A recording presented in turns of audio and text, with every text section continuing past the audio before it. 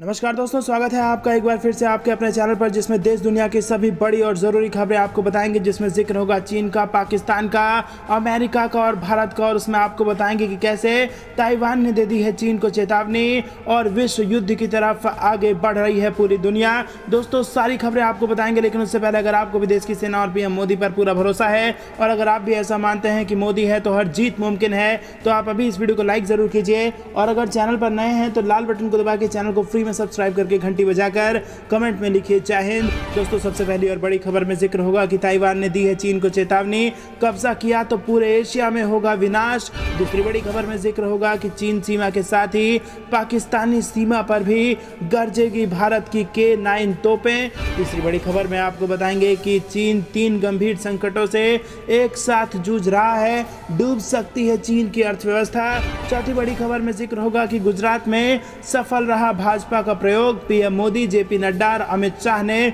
दी बधाई। पांचवी बड़ी खबर में आपको बताएंगे कि पीएम नरेंद्र मोदी ने 75,000 लाभार्थियों को सौंपे घर और यूपी को दी 4,737 करोड़ रुपए की 75 परियोजनाओं की सौगात। दोस्तों हर एक खबर की गहराई में आपको ले जाएंगे, लेकिन उससे पहले वीडियो को लाइक करना मत भूलिएगा और खबर में अंत तक ध्यान से बने रहिएगा। रुक करते हैं सबसे पहली और बड़ी खबर की तरफ। ताइवान ने दे दी है चीन को चेतावनी, कब्जा किया तो पूरे एशिया में होगा विनाश। जी हाँ दोस्तों, ये बेहद बड़ी खबर निकल के आ रही है। चीन और ताइवान के बीच तनाव बढ़ता जा रहा है और 1 अक्टूबर को चीन ने अपना राष्ट्रीय दिवस मनाया था और अपनी सैन्य शक्ति का प्रदर्शन करते हुए चीन की पीपुल्स लिबरेशन आर्मी ने ताइवान के रक्षा वायु क्षेत्र में 38 लड़ाकू विमान उड़ाए थे। अब इस मामले में ताइवान की राष्ट्रपति साई इंग वेन ने उनका बयान सामने आया है। उन्होंने चेतावनी देते हुए कहा है कि चीन ने अगर ताइवान पर कब्जा किया तो पूरे एशिया में इसके गंभीर और विनाशकारी परिणाम होंगे। फॉरेन अफेयर्स पत्रिका में ताइवान की राष्ट्रपति ने ये लेख लिखा है। उन्होंने कहा है कि ताइवान सैन्य टकराव नहीं चाहता, लेकिन अपने आप को बचाने के लिए जो भी करना पड़ेगा उसे ताइवान करने से नहीं चूकेगा। गौरतलब है कि उनका ये बयान ऐसे वक्त में आया है जब चीन ताइवान पर जबरदस्त दबाव बना रहा है। ताइवान अपने आप को एक स्वशासित लोकतांत्रिक द्वीप के तौर पर देखता रहा है, लेकिन चीन का मानना है कि ताइवान उसका हिस्सा है। चीन के राष्ट्रपति शी जिनपिंग कह चुके हैं कि ताइवान पर चीन का कब्जा निश्चित रूप से होगा। बता दें कि चीन के राष्ट्रीय दिवस पर शुक्रवार को 38 लड़ाकू विमानों ने ताइवान के हवाई क्षेत्र में 2 बार उड़ान भरी और उसे चीन द्वारा अब तक सबसे बड़ा अतिक्रमण बताया गया था। और साल 2016 में ताइवान में हुए राष्ट्रपति चुनावों के बाद से चीन ने इस क्षेत्र में सैन्य, राजनयिक और आर्थिक दबाव को बढ़ाया है, क्योंकि इस चुनावों में इंग वेन ने जीत हासिल की थी। तो दोस्तों आपको बता दें कि ताइवान ने 2 टूक चेतावनी कहिए या फिर धमकी कहिए चीन को दे दी है। चेतावनी देते हुए कहा है कि कब्जा किया तो न केवल चीन बल्कि पूरे एशिया में इसका प्रभाव देखने को मिलेगा। दोस्तों रुक करते हैं अगली बड़ी खबर की तरफ। चीन सीमा के साथ ही पाकिस्तान सीमा पर भी गरजेगी भारत की K9 तोपें। जी हाँ दोस्तों, आपको बता दें कि K9 वज्र हॉवित्जर तोपों की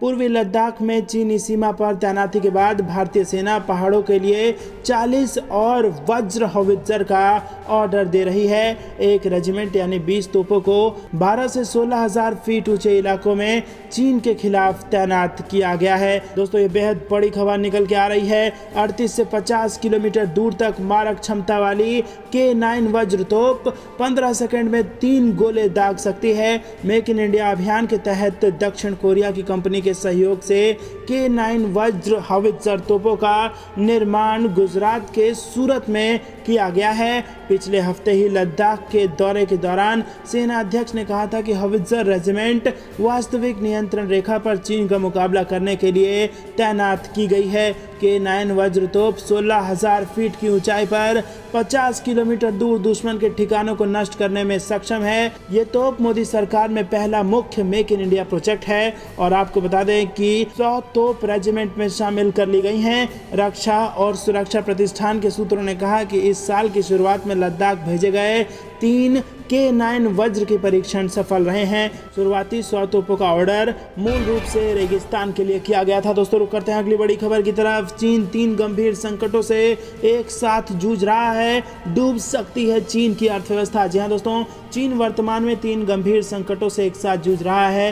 पहला, बेल्ट एंड रोड इनिशिएटिव के अंतर्गत विश्व के तमाम देशों में ढांचागत परियोजनाएं निरस्त की जा रही हैं। दूसरा, रियल एस्टेट कंपनी एवरग्रांड पर वित्तीय संकट आ गया है। तीसरा, बिजली के उत्पादन में कमी आ रही है, इससे शहरों में पावर कट किए जा रहे हैं। इन तीनों में बीआरआई का संकट सबसे बड़ा है। बेल्ट एंड रोड इनिशिएटिव को चीन ने अपनी अतिरिक्त या सरप्लस पूंजी के निवेश के लिए बनाया था। पिछले 20 वर्षों में चीन के निर्यात ऊंचे रहे हैं और घरेलू बचत दर भी ऊंची रही है। इन मदों से अर्जित रकम को उसे कहीं ना कहीं निवेश करना था, जिसका कारण वो हुआ कि चीन ने बीआरआई योजना को बनाया, बेल्ट एंड रोड इनिशिएटिव को बनाया। इसके तहत उसने विश्व के तमाम देशों में विभिन्न बुनियादी संरचना खड़ा करने के कर्ज दिए। विश्व बैंक ने 2019 में बीआरआई का अध्ययन किया।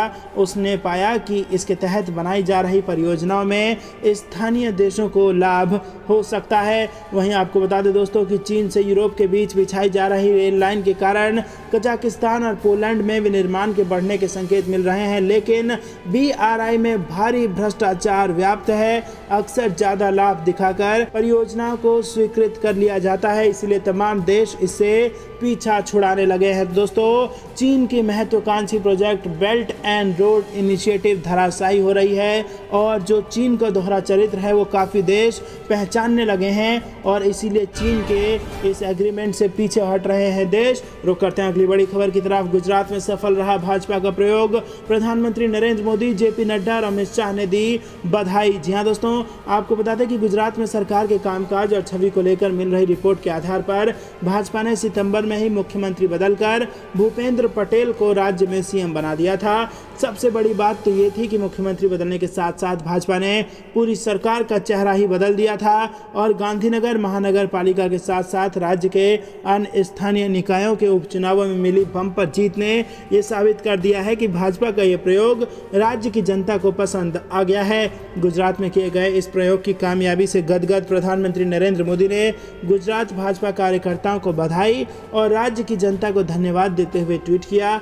गुजरात और गांधीनगर नगर निगम में स्थानीय निकाय चुनावों के नतीजे भाजपा और गुजरात के लोगों के बीच गहरे जुड़ाव की भावना की पुष्टि करते हैं और हमें बार बार आशीर्वाद देने के लिए लोगों का आभार। जमीनी स्तर पर कड़ी मेहनत करने के लिए गुजरात भाजपा के सभी कार्यकर्ताओं को बधाई। तो दोस्तों, ये ट्वीट करते हुए जनता को धन्यवाद दिया गया है प्रधानमंत्री मोदी द्वारा। दोस्तों, रुक करते हैं अगली बड़ी खबर की तरफ। प्रधानमंत्री नरेंद्र मोदी ने 75,000 लाभार्थियों को सौंपे घर और यूपी को दे दी है 4,737 करोड़ रुपए की 75 परियोजनाओं की सौगात। जी हाँ दोस्तों, प्रधानमंत्री नरेंद्र मोदी ने उत्तर प्रदेश की राजधानी लखनऊ में न्यू अर्बन इंडिया थीम पर आयोजित 3 दिवसीय कॉन्क्लेव के मौके पर प्रधानमंत्री शहरी आवास योजना के 75,000 लाभार्थियों को डिजिटल माध्यम से आवास सौंपे हैं। पीएम मोदी ने कॉन्क्लेव के साथ ही एक्सपो में लगाई गई आधुनिक आवासीय तकनीकों पर आधारित प्रदर्शनी भी देखी और ये कार्यक्रम केंद्रीय आवासन व शहरी कार्य मंत्रालय और उत्तर प्रदेश के नगर विकास विभाग ने मिलकर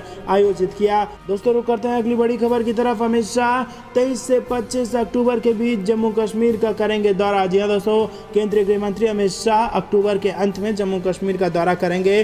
सूत्रों ने यह मंगलवार को जानकारी दी है। सूत्रों ने कहा है कि अमित शाह का जम्मू कश्मीर दौरा केंद्र सरकार के आउटरीच कार्यक्रम का एक प्रमुख हिस्सा है, जिसमें वो 23 से 25 अक्टूबर तक जम्मू एवं कश्मीर दोनों क्षेत्रों का दौरा करेंगे। अपने 3 दिवसीय दौरे के दौरान वो केंद्र शासित प्रदेश के प्रशासन, पुलिस और सुरक्षा बलों के साथ साथ केंद्र सरकार द्वारा वित्त पोषित परियोजनाओं के विकास के साथ जम्मू कश्मीर में सुरक्षा स्थिति की भी समीक्षा करेंगे। अनुच्छेद 370 को निरस्त करने के बाद पहली बार केंद्र शासित प्रदेश का दौरा करने वाले अमित शाह और अधिक विकास परियोजनाओं की घोषणा करेंगे। अधिकारी ने बताया है कि वो लोगों के प्रतिनिधिमंडल से भी मुलाकात करेंगे। केंद्र सरकार के चल रहे आउटरीच कार्यक्रम के तहत तहत लगभग 70 केंद्रीय मंत्रियों के केंद्र शासित प्रदेश का दौरा करने की उम्मीद है और उनमें से कई पहले ही वहां जा चुके हैं, जबकि कई अन्य के दौरे पाइपलाइन में हैं। आपको बता दें, केंद्र सरकार ने जनवरी 2020 में विभिन्न विकास योजनाओं के क्रियान्वयन के लिए जम्मू कश्मीर के लिए 80,000 करोड़ रुपए के विकास पैकेज को मंजूरी दे दी है। दोस्तों, रुक करते हैं अगली बड़ी खबर की तरफ। 1 करोड़ छात्रों को टैबलेट, घर खरीदने पर केवल 500 रुपए स्टाम्प शुल्क। यूपी की योगी कैबिनेट में लिए गए कई फैसले। जी हाँ दोस्तों, उत्तर प्रदेश की योगी सरकार ने मंगलवार को छात्रों और कमजोर वर्ग के लोगों के लिए बड़ा फैसला लिया है। राज्य कैबिनेट की बैठक में 1 करोड़ छात्र छात्राओं को टैबलेट देने का ऐलान किया गया है। इसके साथ ही आर्थिक रूप से कमजोर वर्ग की सहायता के लिए भी योजनाओं की घोषणा कर दी गई है। योगी सरकार टैबलेट योजना पर 3,000 करोड़ रुपए खर्च करेगी। योगी सरकार आर्थिक रूप से कमजोर वर्ग की सहायता के लिए LIG घर खरीदने पर केवल 500 रुपए स्टाम्प शुल्क लेगी। सरकार के प्रवक्ता और कैबिनेट मंत्री सिद्धार्थ नाथ सिंह ने बताया है कि जनपद कानपुर नगर में सर्किट हाउस में अटल बिहारी वाजपेयी की मूर्ति की स्थापना की जाएगी, जिसकी लागत 37 लाख रुपए होगी और 3 महीने में यह काम पूरा कर दिया जाएगा। सिद्धार्थ नाथ सिंह ने बताया कि बैठक में 25 बिंदुओं पर मुहर लगी है। इसमें युवाओं को टैबलेट वितरण को लेकर प्रस्ताव पर मंजूरी मिल गई है। दोस्तों, रुक करते हैं अगली बड़ी खबर की तरफ, जिसमें आपको बता दें कि चीन और उत्तर कोरिया की चुनौतियों का सामना करने के लिए साथ मिलकर काम करेंगे जापान और अमेरिका। जी हाँ दोस्तों, आपको बता दें, जापान के नए प्रधानमंत्री फुमियो किशिदा ने पदभार ग्रहण करने के बाद पहली बार अमेरिका के राष्ट्रपति जो बाइडेन से बातचीत की और कहा कि दोनों नेता जापान और अमेरिका के बीच गठबंधन को मजबूत करेंगे और चीन तथा उत्तर कोरिया की ओर से बढ़ती चुनौतियों के मद्देनजर क्षेत्रीय सुरक्षा में सहयोग करेंगे। वहीं आपको बता दें, किशिदा को संसद द्वारा चुना गया था और उन्होंने सोमवार को शपथ ली। प्रधानमंत्री ने संवाददाताओं से कहा कि बाइडेन ने उन्हें पूर्वी चीन सागर में जापान के नियंत्रण वाले द्वीप सेंकाकू की रक्षा के प्रति आश्वस्त किया है। इस द्वीप पर चीन भी अपना दावा करता है और उसने क्षेत्र में तटरक्षक बल की गतिविधि बढ़ा दी है। दोस्तों, रुक करते हैं अगली बड़ी खबर की तरफ। कोरोना पर चीन ने बोला झूठ। WHO को बताने से महीने पहले बढ़ गई थी वुहान में टेस्ट किट की खरीद। जी हाँ दोस्तों, बड़ा खुलासा एक रिपोर्ट में हुआ है, जिससे खुल गई है चीन की पोल। कोरोना वायरस से संबंधित जानकारी छुपाने के आरोप चीन पर लगते रहे हैं। कई देश ने चीन पर सवाल भी उठाए हैं। इन सब के बीच एक साइबर सिक्योरिटी कंपनी के रिसर्च में चौंकाने वाले दावे किए गए हैं। इसके अनुसार चीन के जिस प्रांत में कोरोना के मामले सबसे पहले सामने आए और महामारी का केंद्र बना, वहां महीनों पहले ही इस बीमारी की जांच के लिए इस्तेमाल में आने वाली किट की खरीदारी बड़ी संख्या में शुरू हो गई थी, जबकि अंतर्राष्ट्रीय अधिकारियों को कोरोना के बारे में तब चीन की ओर से कुछ बताया भी नहीं गया था। दोस्तों, रुक करते हैं अगली बड़ी खबर की तरफ। श्रीनगर में अलग अलग जगहों पर आतंकी हमले, 3 लोगों की गई जान, तलाशी अभियान जारी। जी हाँ दोस्तों, जम्मू कश्मीर की राजधानी श्रीनगर में मंगलवार को आतंकियों ने 2 अलग अलग जगहों पर हमले किए, जिसमें 2 लोगों की जान चली गई। जानकारी के अनुसार आतंकियों ने पहला हमला श्रीनगर में लाल चौक पर किया। इस हमले में एक व्यक्ति की जान चली गई। वहीं दूसरा हमला शहर के बाहरी इलाकों में किया गया है। यहाँ भी एक व्यक्ति की जान चली गई है। आतंकियों की तलाश में इलाके की घेराबंदी कर अभियान चलाया जा रहा है। आतंकी हमले में जान गंवाने वाले व्यक्ति की पहचान कश्मीरी पंडित माखन लाल के रूप में हुई है। जानकारी के अनुसार बंदीपुरा में भी आतंकियों ने हमला किया है और इसमें एक नागरिक की जान चली गई है। कश्मीर के IG ने बताया कि आतंकवादियों ने श्रीनगर के इकबाल पार्क के पास बिंदरू मेडिकेट के मालिक माखन लाल पर गोलियां चलाई। उन्हें अस्पताल ले जाया गया, वहां उन्होंने दम तोड़ दिया। दोस्तों, रुक करते हैं अगली बड़ी खबर की तरफ। भारतीय वायुसेना होगी और ताकतवर। इंडियन एयरफोर्स चीफ ने कहा, मेक इन इंडिया के तहत 114 लड़ाकू विमानों का होगा निर्माण। जी हाँ दोस्तों, आपको बता दें कि भारतीय वायुसेना प्रमुख air chief marshal VR Chaudhari ने मंगलवार को कहा कि मेक इन इंडिया के तहत 114 मल्टी रोल लड़ाकू विमान को तैयार किया जाएगा। उन्होंने कहा कि इस मेगा परियोजना में 1.25 लाख करोड़ रुपए व्यय होंगे। Air chief marshal VR Chaudhari ने कहा कि मिराज, MiG-29S और निकट भविष्य में एलएसी पर चीन ने तैनात कर रखे हैं अपने विमान। जवाब देने के लिए इंडियन एयरफोर्स तैयार, एयरफोर्स चीफ का बड़ा ऐलान। जी हां दोस्तों, भारतीय वायुसेना प्रमुख वीआर चौधरी ने कहा है कि चीन ने वास्तविक नियंत्रण रेखा यानी कि एलएसी के निकट 3 एयरबेस पर चीन ने अपने विमान तैनात कर रखे हैं। उन्होंने यह भी कहा है कि ड्रैगन लगातार अपना इंफ्रास्ट्रक्चर सीमा पर बढ़ा रहा है। हालांकि उन्होंने कहा कि भारत लगातार पैनी निगरानी कर रहा है और जवाब देने के लिए पूरी तरह से भारत तैयार है। Air force chief air chief marshal VR Chaudhari ने भारतीय वायुसेना की 89वीं वर्षगांठ पर यह बात कही है। उन्होंने कहा कि वास्तविक नियंत्रण रेखा पर स्थिति यह है कि चीनी वायुसेना अभी भी एलएसी की अपनी तरफ के 3 हवाई अड्डों पर मौजूद है। हम अपनी तरफ से पूरी तरह से तैनात और तैयार है। दोस्तों, रुक करते हैं अगली बड़ी खबर की तरफ। क्या भारत के साथ युद्ध की तैयारी में जुटा है चीन लाइन ऑफ एक्चुअल कंट्रोल यानी एलएसी पर एक बार फिर से चीनी सैनिकों की हरकत से युद्ध की सुगबुगाहट देखी जा रही है। इस बीच एलएसी पर चीन अपनी सैनिकों की तादाद बढ़ा रहा है। यहां तक कि चीन अपनी रणनीति के तहत सीमा से सटे क्षेत्रों में हथियारों का जखीरा भी जुटा रहा है। हालांकि भारत भी पूरी तरह तैयारी के साथ सीमा पर डटा हुआ है। चीन की हरकतों पर भारत की पैनी नज़र है। देश की सुरक्षा के लिए भारत ने भी ऊंचाई वाले इलाकों में K9 वज्र हॉवित्जर तोप तैनात कर दिए हैं। गलवान घाटी में हुई हिंसक झड़प के बाद चीन फिलहाल पूरी आक्रामकता के साथ वहां डटा दिखाई दे रहा है। भारत को युद्ध की ओर धकेलने और उकसाने वाली हरकतों के लिए चीन पूरी तरह कोशिश कर रहा है। विस्तारवादी सोच के लिए विख्यात चीन इसके लिए एलएसी में बदलाव की पूरी कोशिश कर रहा है, लेकिन भारत अपने क्षेत्र की सुरक्षा के लिए पूरी तरह से तैयार है। भारत के विदेश मंत्रालय ने भी स्पष्ट रूप से चीन को चेतावनी दे दी है और कहा है कि एलएसी पर सेना की जो भी तैनाती की गई है वो चीन की तैयारियों के जवाब में है। चीन की तरफ से यदि कोई भी हरकत होती है तो भारत को पूरा हक है कि वो इसका माकूल जवाब दे दे। भारत लगातार इस बात को जोर देता रहा है कि चीन लद्दाख में पहले से अनसुलझे मुद्दों को बातचीत के जरिए सुलझाए। इसमें कोई संदेह नहीं है कि चीन की कथनी और करनी में हमेशा से अंतर रहा है।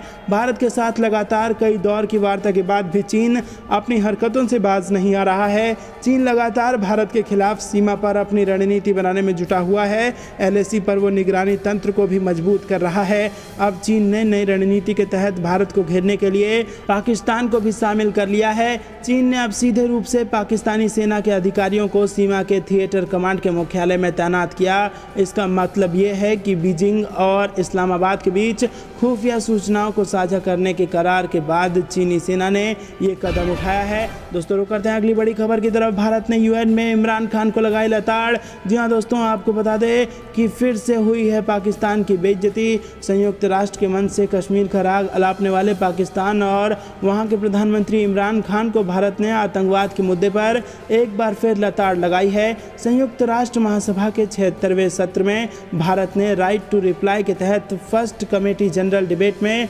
पाकिस्तान को आतंकवाद का केंद्र बताते हुए एक तरफ पाकिस्तान के स्थायी प्रतिनिधि शांति की बात करते हैं और जबकि उनके प्रधानमंत्री ओसामा बिन लादेन जैसे आतंकवादियों का महिमा मंडन करते हैं। संयुक्त राष्ट्र में भारत के स्थायी मिशन में काउंसलर अमरनाथ ने कहा कि वैश्विक आतंकवाद के केंद्र के रूप में पाकिस्तान संयुक्त राष्ट्र के सिद्धांतों की परवाह किए बगैर बार बार अपने पड़ोसियों के खिलाफ सीमा पर आतंकवाद में शामिल रहा है। उन्होंने इस बात पर जोर देते हुए कहा कि इस्लामाबाद बहुपक्षीय मंचों से झूठ को बढ़ावा देने का प्रयास कर रहा है और इस तरह के कृत्य सामूहिक अवमानना के पात्र है। उन्होंने कहा कि पाकिस्तान ने भारत के खिलाफ जम्मू कश्मीर और लद्दाख के संबंध में कई निराधार आरोप लगाए हैं। ये प्रतिक्रिया के योग्य नहीं है क्योंकि वो भारत के आंतरिक मामलों से संबंधित हैं। मैं यहाँ दोहराना चाहता हूँ कि जम्मू और कश्मीर का पूरा क्षेत्र भारत का अभिन्न और अविभाज्य हिस्सा है और रहेगा। उसमें वो क्षेत्र भी शामिल हैं जो पाकिस्तान के अवैध कब्जे में हैं।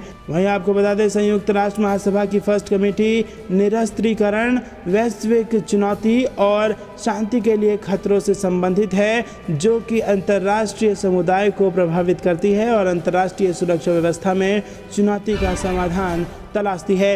दोस्तों रुक करते हैं अगली बड़ी खबर की तरफ, जिसमें आपको बता दें कि चीन ने एक रिकॉर्ड एक साथ भेजे 52 लड़ाकू विमान, ताइवान ने किया जंग की तैयारी का ऐलान। जी हाँ दोस्तों, चीनी सेना ने दादागिरी की सारी हदें पार करते हुए ताइवान के एयर डिफेंस आइडेंटिफिकेशन जोन में सोमवार को एक साथ 52 फाइटर जेट भेजे हैं। यही नहीं, उसके बाद फिर 4 फाइटर जेट भेजे गए। पिछले 4 दिनों में चीन ने अब तक 149 फाइटर जेट ताइवान के एयर डिफेंस आइडेंटिफिकेशन जोन में भेजे हैं। चीन की इस सीनाजोरी के जवाब में अब ताइवान ने जंग की तैयारी का ऐलान किया है। चीन और ताइवान के बीच जारी इस तनाव से दक्षिण चीन सागर में युद्ध के बादल मंडराने लगे हैं। इससे पहले चीन ने एयर डिफेंस आइडेंटिफिकेशन जोन में अब तक की सबसे बड़ी घुसपैठ करते हुए सोमवार को एक साथ 52 फाइटर जेट भेजे, जिससे इलाके में तनाव अपने चरम पर पहुंच गया है। ताइवान के विदेश मंत्री जोसेफ वू ने चेतावनी दी है कि उनका देश अब चीन के साथ जंग की तैयारी कर रहा है और उन्होंने ऑस्ट्रेलिया से इसमें मदद मांगी है। ताइवान ने ऑस्ट्रेलिया से अपील की है कि वो खुफिया जानकारी साझा करना तेज करे और सुरक्षा सहयोग करे। ताइवानी विदेश मंत्री ने ABC चैनल के एक प्रोग्राम में घोषणा की है कि अगर चीन वास्तव में हमला करता है तो ताइवान उसका करारा जवाब देने के लिए खुद को तैयार करेगा। जोसेफ वू ने कहा कि ताइवान की सुरक्षा खुद हमारे हाथों में है और हम इसको लेकर पूरी तरह से प्रतिबद्ध हैं। अगर चीन ताइवान के खिलाफ जंग शुरू करने जा रहा है तो हम अंतिम दम तक लड़ेंगे और ये हमारी प्रतिबद्धता है। दोस्तों रुक करते हैं अगली बड़ी खबर की तरफ। अमेरिका ने चीन को चेताया, कहा ताइवान के पास मिलिट्री गतिविधि है उकसावे वाली। जी हाँ दोस्तों, आपको बता दें अमेरिका ने ताइवान के समीप चीन की सैन्य गतिविधि को उकसावे वाली करार दिया है। व्हाइट हाउस की प्रेस सचिव जेन साकी ने सोमवार को अपने नियमित संवाददाता सम्मेलन में कहा कि हम ताइवान के समीप चीन की उकसावे वाली सैन्य गतिविधि को लेकर चिंतित हैं, जो क्षेत्रीय शांति एवं स्थिरता को कमतर करती है। उन्होंने कहा कि हम बीजिंग से ताइवान के खिलाफ अपना सैन्य, कूटनीतिक और आर्थिक दबाव तथा बलपूर्वक कार्रवाई बंद करने का अनुरोध करते हैं। ताइवान जल डमरू मध्य में शांति एवं स्थिरता में हमारा स्थायी हित है और इसीलिए हम आत्मरक्षा की क्षमता बनाए रखने में ताइवान की सहायता करते रहेंगे। साकी ने कहा कि हम ताइवान के प्रति चीन की दबाव और बलपूर्वक कार्रवाई को लेकर अपनी चिंता के बारे में स्पष्ट रहे हैं और हम स्थिति पर निकटता से नज़र रखते रहेंगे। एक अलग बयान में सांसद मार्को रूबियो ने कहा कि शुक्रवार से लेकर अब तक ताइवान के वायु रक्षा क्षेत्र में चीन के 145 लड़ाकू विमानों ने उड़ान भरी है। ये गतिविधियां ताइवान के राष्ट्रीय दिवस से कुछ दिनों पहले और चीन के राष्ट्रीय दिवस पर शुरू हुई है। दोस्तों रुक करते हैं अगली बड़ी खबर की तरफ। पीएम मोदी के घर में कांग्रेस और आम आदमी पार्टी हुए साफ, बीजेपी ने 90% सीटें जीती। जी हां दोस्तों, आपको बता दें ये बड़ी खबर निकल के आ रही है, जिसमें गुजरात के गांधीनगर निकाय चुनाव के नतीजे आ चुके हैं और बीजेपी कुल 44 सीटों में से 40 पर कब्जा करने में कामयाब रही है। गुजरात की राजधानी गांधीनगर में रविवार को महानगर पालिका के लिए वोट डाले गए थे और इस दौरान प्रधानमंत्री नरेंद्र मोदी की मां हीराबेन ने भी वोट डाला। 99 साल की उम्र में हीराबेन ने सुबह करीब 9:30 बजे रायसण के स्कूल में वोट डाला था। सभी सीटों की काउंटिंग पूरी हो चुकी है। भारतीय जनता पार्टी पीएम मोदी के गढ़ में 90% सीटों पर जीत दर्ज करने में कामयाब रही। वहीं कांग्रेस को महज 3 सीट और आम आदमी पार्टी को 1 सीट से संतोष करना पड़ा है। दोस्तों रुक करते हैं अगली बड़ी खबर की तरफ। प्रधानमंत्री नरेंद्र मोदी का बड़ा बयान, बोले पीएम आवास के तहत पक्की छत पाने वाले लोग हो गए लखपति। जी हाँ दोस्तों, प्रधानमंत्री नरेंद्र मोदी ने मंगलवार को उत्तर प्रदेश की राजधानी लखनऊ में देश की आज़ादी के अमृत महोत्सव के अवसर पर न्यू अर्बन इंडिया थीम के साथ केंद्रीय आवासन एवं शहरी कार्य मंत्रालय व नगर विकास विभाग उत्तर प्रदेश के संयुक्त तत्वावधान में आयोजित 3 दिवसीय कार्यक्रम की शुरुआत की। न्यू अर्बन इंडिया थीम पर आयोजित कार्यक्रम में उत्तर प्रदेश की राज्यपाल आनंदीबेन पटेल, मुख्यमंत्री योगी आदित्यनाथ तथा केंद्रीय रक्षा मंत्री राजनाथ सिंह भी मौजूद रहे। इस दौरान पीएम मोदी ने कहा कि मुझे अच्छा लगा कि 3 दिनों तक लखनऊ में भारत के शहरों के नए स्वरूप पर देश भर के विशेषज्ञ एकत्र होकर मंथन करने वाले हैं। यहाँ जो प्रदर्शनी लगी है वो आज़ादी के इस अमृत महोत्सव में 75 साल की उपलब्धियाँ और देश के नए संकल्पों को भली भांति प्रदर्शित करती हैं। पीएम ने कहा कि मुझे इस बात की भी खुशी होती है कि देश में पीएम आवास योजना के तहत जो घर दिए जा रहे हैं उनमें 80% से ज़्यादा घरों पर मालिकाना हक महिलाओं का है या फिर वो जॉइंट ओनर हैं। प्रधानमंत्री ने कहा कि लखनऊ ने अटल जी के रूप में एक विजनरी माँ भारती के लिए समर्पित राष्ट्र नायक देश को दिया है। आज उनकी स्मृति में बाबा साहेब भीमराव अम्बेडकर। दोस्तों ये थी दिन भर कुछ बेहद जरूरी और बड़ी खबरें। अब तक बने रहने के लिए बहुत बहुत धन्यवाद। देख रहे थे आपका अपना चैनल द इंडियन टीवी। जाने से पहले वीडियो को लाइक और लाल बटन को दबा के चैनल को फ्री में सब्सक्राइब करके घंटी बजाकर कमेंट में जय हिंद जरूर लिखिएगा। जय हिंद जय भारत।